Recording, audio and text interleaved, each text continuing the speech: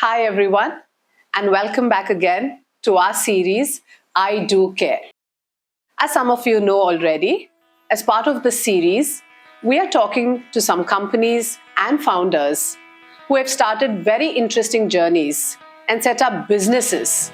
And what sets them apart for us is all of their business ethos is strongly ingrained in sustainability. Today, I have with me Ashri Jaiswal, the co-founder of Ziniosa. Ziniosa is India's leading luxury fashion e-commerce platform that aims at revolutionizing the fashion industry. Ziniosa has been incubated at NASSCOM and also pre-incubated at NSR Cell at Indian Institute of Management, Bangalore. Ashri, a fashionista herself, is also a TEDx speaker and a guest mentor and coach at the United Nations. I'm more than excited to start my conversations with Ashri, and I can't wait to hear her thoughts on her journey with Ziniosa. Thank you so much for the lovely introduction, Tirtha. I'm so happy to be here. Hi everyone, my name is Ashri and I'm the co-founder of Ziniosa. We're India's leading and fastest growing luxury fashion resale service. So I'm really curious to know, and I want to start this conversation by just knowing what is Ziniosa? What does Ziniosa mean? And how did this whole journey start for you? That's a very fun question because I get asked that quite a lot. In fact, just yesterday. So Ziniosa is a combination of two words, Zinia, which is a flower, and valiosa, which is valuable in Spanish. So we just combined those things and came up with the word Ziniosa. So Ziniosa's journey has been such an interesting journey, and technically it was born in two parts. The first part being when I was in the US and my co-founder, we were both in the US and we were looking at what can we possibly do in India, which is a sustainable business. We did a lot of research and, back in the day, it was a very fun experience even for me because I was going for a vacation and I didn't want to spend too much money on buying products or clothes or handbags for that particular vacation. So I just rented it from a company back in the US and we were like, hey, why don't we do this in India? And that's how the first part of Ziniosa was born, which is we started as a rental business. The second part, which is a booming business process and model for us right now, is the pre-loved business, which I call the COVID baby, because it was born during COVID. Because during COVID, we realized that, no one's really going out. They were not attending events. They're not carrying purses or, luxury items to an event. And that's how we came up with an idea to start the pre-loved service, because a lot of people were sitting at home cleansing their closets. And we were like, hey, when you're cleansing your closets and if you have any luxury products that you don't want to use anymore, please list it on Ziniosa. That's how we started building our inventory. And that's what led to this amazing growing business model, which we have right now, which is the pre-love model. So when it comes to luxury, for me, I personally feel at times that for me, if I have to define luxury is what I feel, when I'm wearing that product or I'm going through an experience. That for me is luxury. What does luxury mean to you? Is it the same or is it anything else? I personally feel luxury is something which is timeless, which can be worn repeatedly. We don't have to worry about it, losing its shape or its value. And I'll just give you an example. I got a Louis Vuitton bag in 2013, which was a graduation present, and I still use it till date. And that to me is luxury because that bag has lasted with me for 10 years. It's not lost its shape. It's still in very good condition and I carry it everywhere, every day. And I think that to me is luxury, but it really depends on other people because I feel luxury is not just vanity. It's also a sentiment. So and it's not just for fashion, but if you see someone who's buying a new car and it's a sentiment because they're like, now I can afford a Mercedes. And, as opposed to the previous car that I had. So it has a lot of sentimental value as well. So I think luxury is very different for other people. But one thing that is sort of constant for everyone is people want luxury to be with them for a longer time because you've actually invested in that product. So it is an investment is what I think. They want it to last. They want it to last, basically. Yes. Yeah. Pre-loved luxury, in my mind is a paradigm shift in the mindset itself to what we understood as luxury. And now in today's time, we even speak about pre-loved luxury. So what are your thoughts on this paradigm shift in the mindset? That's a very interesting question, Tirtha, because I feel India as a market is also really consuming a lot of luxury. If you see, Reliance got in such big brands into India, ABFRL is getting some bigger brands into India. And that just means that India is a booming market for luxury. The luxury brands itself are not looking at just China in Asia anymore. They're looking at in India too. So with the rise in luxury, the consumption of luxury, what we feel is pre-loved luxury is also going to increase. Now, people do have the money sometimes to buy luxury products, but there's a lot of aspirational audience that, really do not have that kind of a disposable income to buy luxury products. And that's where Ziniosa comes in, because we make it affordable for people to buy luxury. It doesn't always have to be that, you're spending a lakh to get a luxury bag, where you can get it at a 40 or 50% discount at Ziniosa. So there has been a mindset change as well. Back in the day when we had launched about 2 to 3 years ago, we used to feel that there was a certain taboo associated with it, which we do not see anymore, because people are more open. And how we understand that is people are more open to talking about Ziniosa on Instagram, right? So the taboo is slowly going away. And people are also more understanding and mindful of their consumption. So they're like, okay, if I can get a pre-loved piece and in a great condition at a 40% off, then what's the harm, right? So I think that's the major change that we're seeing in the market these days. Those are some really interesting thoughts, Ashri. And you're right, and I think the consumer market itself is, consciously and mindfully moving towards, I think, a different aspect altogether. Like you mentioned, right. Affordable luxury, right? Like you can buy luxury. I mean, you don't have to be spending lakhs, so affordable luxury is not an oxymoron anymore, right? Not anymore. Because as I said, India has a growing population of people who are actually looking to buy these items. And that population is growing more and more than the people who, actually were able to buy it firsthand, because people want to splurge and get experiences these days. People also want to be part of the community that carries these luxury products, because as I said, luxury is not just about vanity, it's also about a sentiment. So a woman who's just found her new job and, she's looking to be a part of a community where she goes out and she sees that everyone's carrying a Gucci and a Louis Vuitton purse. We are making it easy for her to buy that product. And I think that's where it's no longer a taboo. You can actually get affordable luxury. And the luxury brands in India that are also booming and growing at a much higher rates are affordable luxury brands like Michael Kors, Tory Burch, Kate Spade, Coach, because they've understood the pulse of India. That the pulse of India is that people are going to buy affordable luxury products more than very high-end luxury products, because as an economy, I don't think we're there yet. So it really works for us as a country in terms of our consumption and spends. And it's not just about making luxury affordable, it's also about making luxury accessible. Today, if you can afford a luxury product, say a brand like Valentino, you still have to travel to a Delhi to get that product, right? Which is what we're trying to solve as well, because it is estimated that 1 out of 3 luxury purchases are going to be made online. So pre-loved luxury, sustainability, being mindful about purchases, looking at something, that's not going to cost me too much, saving up that amount, spending on a different experience. Is all this as a market that you notice only amongst youngsters, like the millennials or the Gen Z, or how is the market really looking when it comes to pre-loved luxury? Gen Zs and millennials are more okay to use pre-loved, thrift, use second-hand items. But the mindset is really, really changing here as well, because by the time you reach your mid-30s is when you actually can afford luxury products, right? And sometimes these customers who come to us are actually housewives who want these products, but technically don't have that kind of disposable income lying around. And these are the women in their mid-30s, early 40s who are more than willing to come to Ziniosa and shop pre-loved luxury. And in fact, the pop-up that we did in Bangalore, we saw families coming in together where the daughters were asking their much older mothers, say 60, 65-year-olds, to buy these luxury pieces. And when the mother was like, oh, are you sure? And they were like, yeah, absolutely. Why would you want to go to a store and pay over a lakh for this Salvatore Ferragamo bag and and get it at such a high price when you can get it at Ziniosa? And I think why they're doing that is because we've built that kind of trust. So what's important in the second-hand market is to build that trust with your audience. Tell them that these products are authentic. Give them a different kind of a customer service. So we have distinguished our target audience into 2 parts, buyers and sellers. And our sellers are mostly women who are over 40 to 45, because they are the ones who have closet full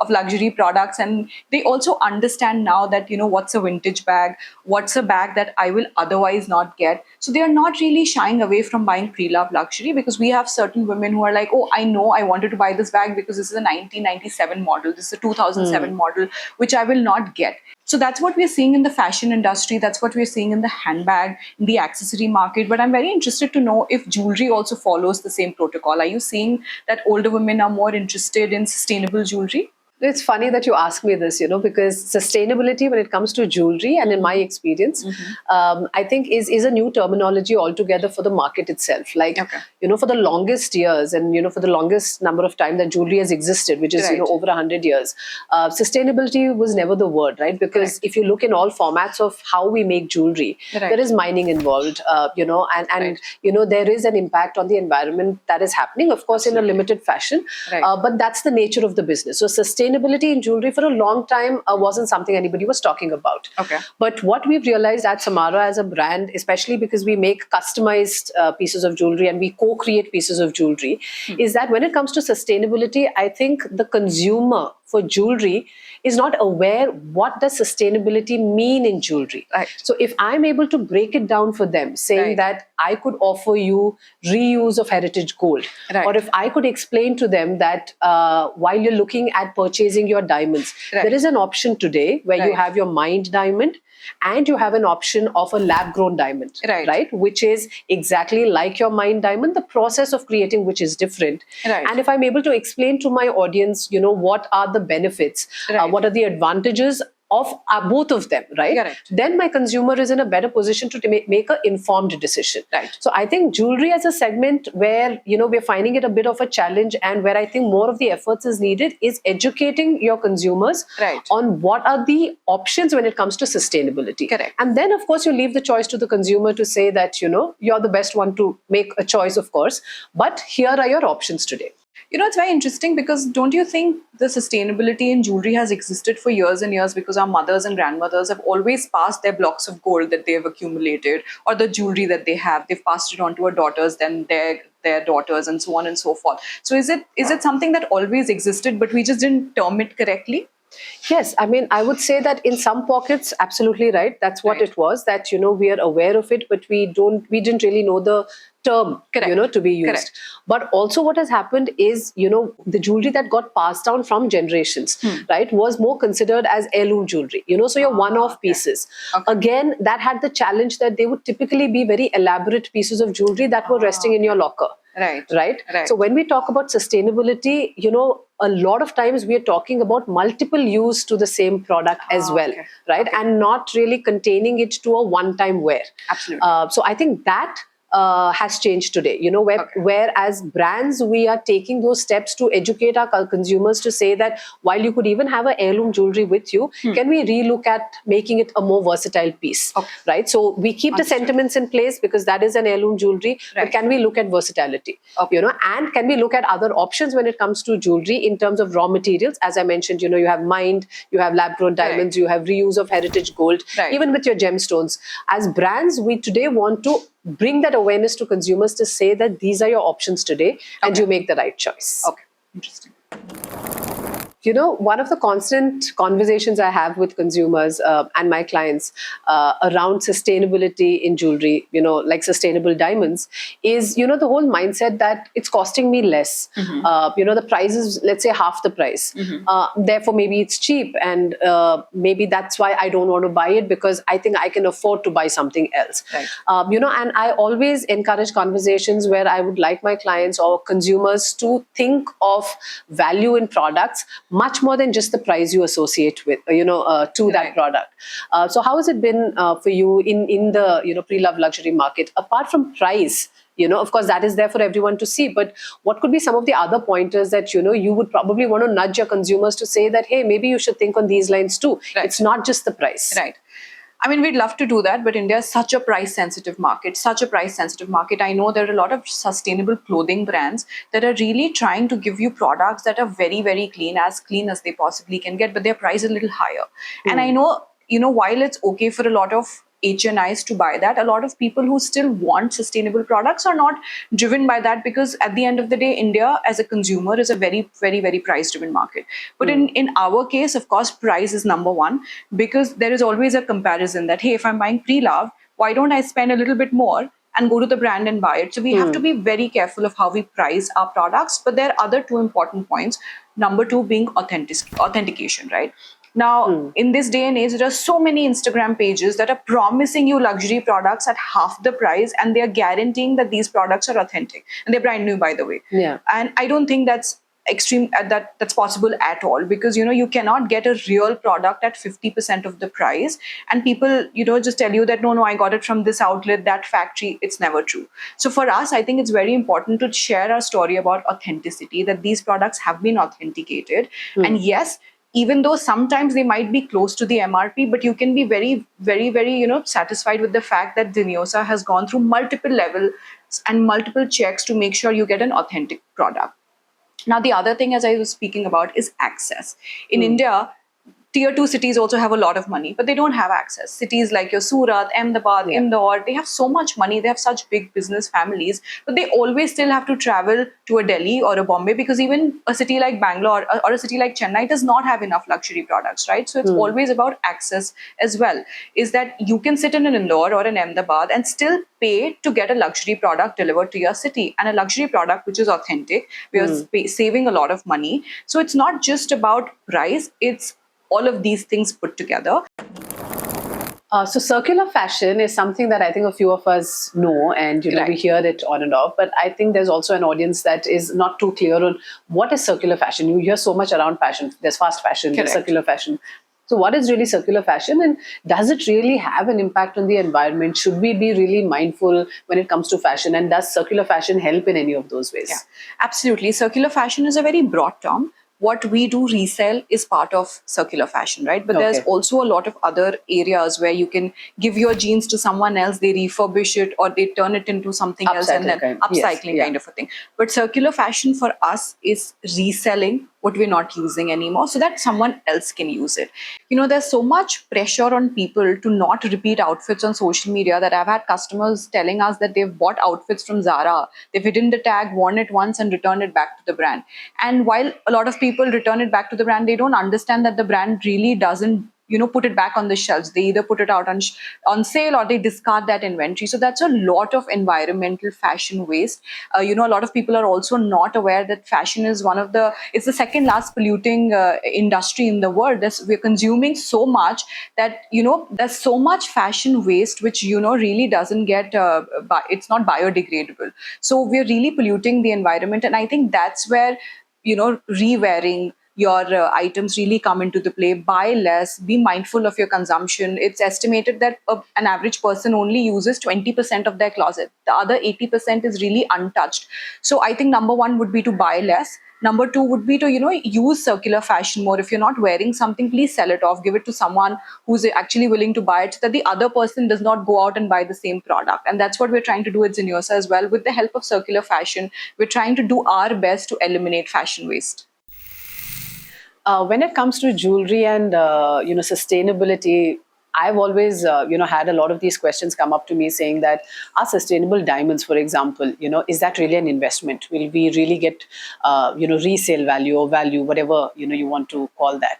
And I always find it interesting to talk to clients on this, to actually explain that it's the same concept. Like when we aspire to buy luxury cars, we know when we drive that car out of the showroom, we are never going to get that same value back. But what is it that wants us to still drive that luxury car? Or what is it that still makes us aspire that, let me really put in all the effort that I can to be able to buy that luxury car one day? So I think it's the same, I would say, is with sustainable jewelry and sustainable diamonds as well, that it is an adornment value. It is your experience it brings to you. It is how you feel when you wear that piece of jewelry. And for investments, really, I think in today's day and time, there are tons and tons of ways in which you can look at investing money so that you really get your resale and your returns. So what are your thoughts on the similar lines of investment when it comes to luxury? That's very true, because I think India as a market is very nascent when we talk about luxury bags, because the luxury bags are right now just entering the Indian market. However, I'd like to inform our consumers that the moment you step out of the store and then you expect that bag is going to give you a return, for example, you've bought a Louis Vuitton bag and you step out of the store, and a lot of times these people then come to Ziniosa and say, hey, I'd like to sell this bag, can I get more than the MRP? That's not possible, because it is an investment over time. Year on year, luxury brands, are known to increase their prices by 25%. So the same model has to go on for like say the next 10 years for it to get that kind of an investment value. And it's also not true for every piece of handbag that the brand actually manufactures. There are certain bags that are more likely to give you an ROI over the next 5 to 10 years. So I'd like to tell people that not all bags are investments. Yes, an Hermes Birkin is an investment because it's very, very difficult to get your hands on one. You have to have a store history with Hermes. You have to spend as much money there to buy a Birkin, and then your sales associate is going to come and tell you, hey, you're eligible to get a Birkin. So bags like these are definitely investments because once you get your hand on them, you can then sell it to someone else who doesn't have that brand history or who's not had that kind of payment history with the brand. As opposed to, say you buy a Gucci, which is a very trendy bag, and you really don't know if Gucci is ever going to be successful with that model. So that particular product would really not be an investment. So it's a hit or a miss. Certain pieces are an investment, but I'd also like to tell people that, you know, you really have to do your research and due diligence. If you're looking to buy an investment piece, buy more classic Chanel that you know are never going to run out of style, and you know, the price is going to go up a year on year by 25%. So you have to be very selective and careful of what kind of bags you buy and whether or not they are investment pieces or not. So I would really want to know, what would be your advice, you know, to all young entrepreneurs who are there, who want to start up businesses, who are very conscious about creating very mindful businesses and businesses around sustainability. And also in your own journey, any fun experiences through, you know, wanting to keep the score around sustainability, anything fun? I'll start by answering with the second part of your question, which is any fun experiences. Yes, there have been many, because when we started out, we still are building for the future. And it was a very different model back in 2019 to introduce people to the concept of renting luxury bags, which is how we started. So a fun story, which I always tell, and I think I've repeated it so many times, is we were doing a pop-up in Bangalore at JW Marriott, and this lady comes in and like looks at us and doesn't talk to us, takes our number and goes away. And she's like, no, I don't rent luxury products. And then a couple of days later, she calls us and she says, you know, I was with a friend and I didn't want to tell them that, hey, I buy or I rent luxury products or I buy secondhand. So why don't you come home with a lot of your inventory and then I can rent things from you, or if I want, I can buy things. And that was such an eye opener for us, because we were like, oh my God, this is 2019. And we were like, oh my God, how are we going to spread our message? Fast forward to 2023, people are so openly talking about sustainable, mindful businesses, circular fashion, okay to repeat, okay to rewear. I mean, just recently, Alia Bhatt rewore her wedding sari for the national award that she got, and it created such a buzz. And we're living in such fun times. So my advice to all entrepreneurs who are looking at creating mindful businesses is that start now, because now is the time. This is a golden period. And always remember that you have to be a little bit more patient in building such businesses, because technically you're building for the future. You're not building for right now or for the past, you're building for the future. And that sometimes might take time. And my only advice to all entrepreneurs is, which is something we follow, is just jump in, deep dive, and things will happen. You will be able to navigate, figure it out, because sometimes, you know, we overthink so much. As entrepreneurs, I'm guilty of that. My co-founder and I, we thought of making this perfect website before even launching our services. And that website was more based on what we thought was right. Once we launched, we realized, okay, wait, we really didn't think it through, and we should have built something that is more right for the consumer. And this is when we had just started out. We were young entrepreneurs, and now we do not repeat that mistake. We always put customers first, and we start doing anything and then later take a lot of feedback. We are very agile in our processes. If we think that a customer wants some change in our website, we immediately do it. And so don't overthink it, just get started. This is a great time to be an entrepreneur, and to all women entrepreneurs out there as well, this is a great time to be a women entrepreneur. There are so many cohorts and communities looking to support you, looking to help you in building that business. And I'm so glad that I'm able to do that along with you, Tirtha, who've taken this amazing initiative to start this podcast. And I hope it reaches to many more people, not just women, but many more people who are looking to start something of their own. So I really want to thank you, Ashri. I think I had a lovely time. I had a great time hearing you, your stories, your conversations. And thank you so much for taking the time out and being a part of our series, I Do Care. Thank you. It was lovely. Thank you for having me over. I've loved having this conversation with you.